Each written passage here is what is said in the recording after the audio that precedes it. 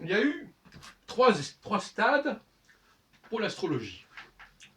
Au départ, il y avait le Soleil et la Lune, et puis aussi Mercure et Vénus, qu'on appelait, qui étaient juste à côté, qui passaient juste à côté du Soleil, et on appelait ça l'étoile du matin, enfin bon, toutes sortes de choses comme ça. Ça, c'était vraiment très basique.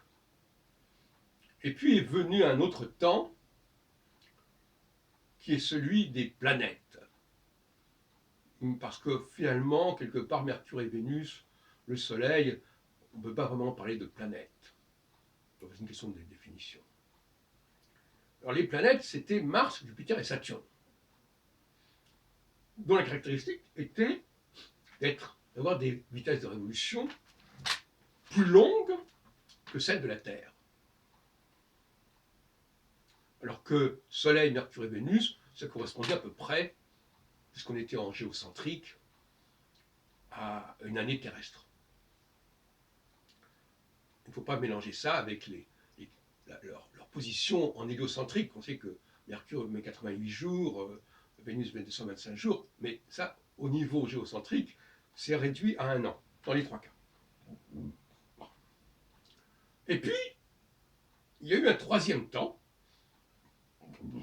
qui a démarré à peu près au moment de Galilée, avec sa lunette, et qui a débouché concrètement au niveau du système solaire. Je ne parle pas des satellites qu'on avait découverts, notamment sur Jupiter, que Galilée a appelé d'ailleurs les satellites de Médicis,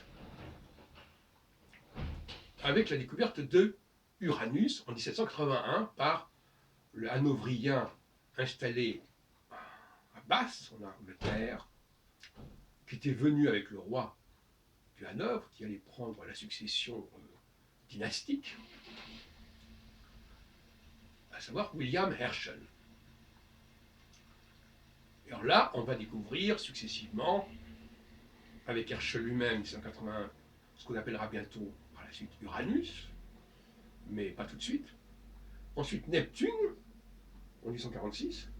Et en réalité, le nom d'Uranus et Neptune se sont imposés à peu près en même temps, au milieu du 19e siècle, car d'un point de vue purement officiel, ce n'est qu'à ce moment-là, vers 1850, que le nom d'Uranus s'est imposé, tout comme celui de Neptune s'était imposé en 1846 voilà. Et puis Pluton, en 1930, qui avait déjà été baptisé comme cela dès les années 1890. On le voit d'ailleurs avec l'ouvrage de Fomalhaut, Manuel sphérique d'astrologie judiciaire, qui parle déjà d'une planète au-delà de Pluton. Et on en parle aussi chez Piob, etc. Enfin bon.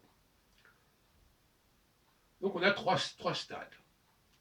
Un stade pré-astrologique, un stade astrologique et un stade post-astrologique, je dirais presque. Et moi, je considère que l'astrologie doit être astrologique et non pas pré-astrologique ni post-astrologique. Donc elle doit se réduire et se limiter à Mars, Jupiter et Saturne.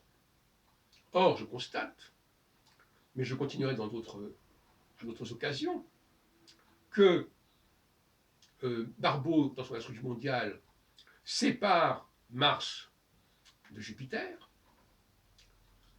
puisqu'il ne le considère pas parmi les planètes à prendre en considération dans son calcul, dans son coefficient, alors que Mars, c'est justement la première planète au-delà de la Terre. C'est une erreur majeure, même si on peut la comprendre pour d'autres raisons. Ce n'est pas une excuse. Et puis, il y a Nicolas, et puis ses disciples comme Richard Pellard,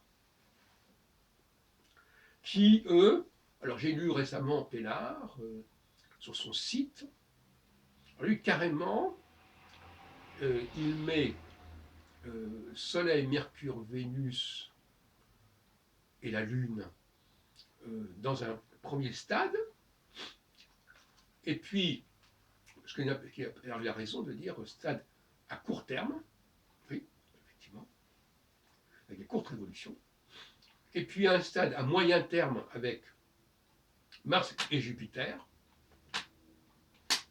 pas de Saturne. et le stade à long terme avec Saturne, Uranus, Neptune et Pluton. Alors c'est bien gentil cette façon de jouer avec le système solaire.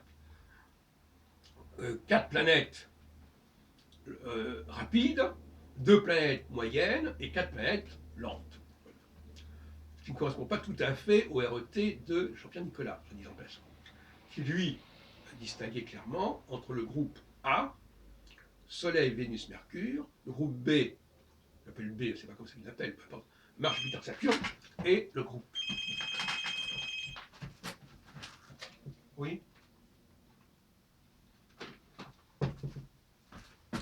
Et le groupe C avec Saturne, Uranus, Neptune.